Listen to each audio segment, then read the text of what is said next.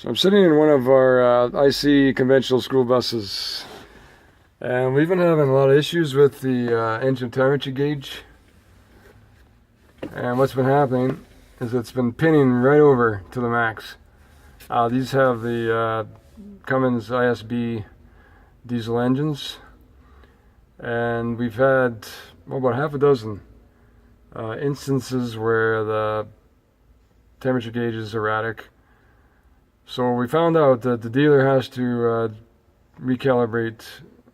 Communication problems is the main issue, and this one's fixed. It's back to normal.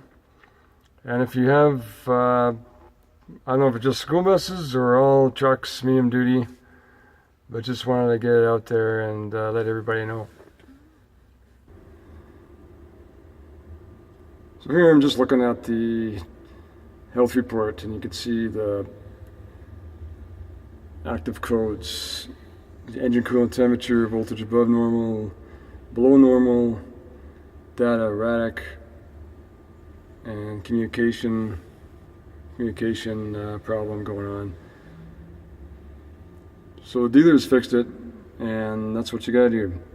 This is a 2017 bus. We also had issues with the a few of the 2015s with the Cummins ISB.